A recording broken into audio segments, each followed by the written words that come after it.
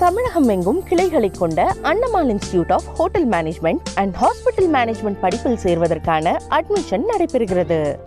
Can திரைப்பட விழாவில் நடிகை ஐஸ்வர்யா ராய் அணிந்து வந்த மயில் வடிவமைப்புடன் கூடிய ஆடை அனைவரையும் கவர்ந்தது. பிரான்சில் உள்ள கேன் நகரில் 77வது சர்வதேச திரைப்பட விழா தொடங்கியுள்ளது. இதில் பிரபல இந்திய நடிகை ஐஸ்வர்யா ராய் தனது மகள் ஆராத்யாவுடன் கலந்து கொண்டார். அப்போது மயிலை குறிக்கும் வடிவமைப்பில் கருப்பு, வெள்ளை மற்றும் தங்க நிறம் கொண்ட ஃபால்குனிஷியன் கவுன் அணிந்து சிவப்பு கம்பளத்தின் மீது அவர் ஒயிலாக நடந்து வந்தது பார்வையாளர்களை வியப்பில் ஆழ்த்தியது.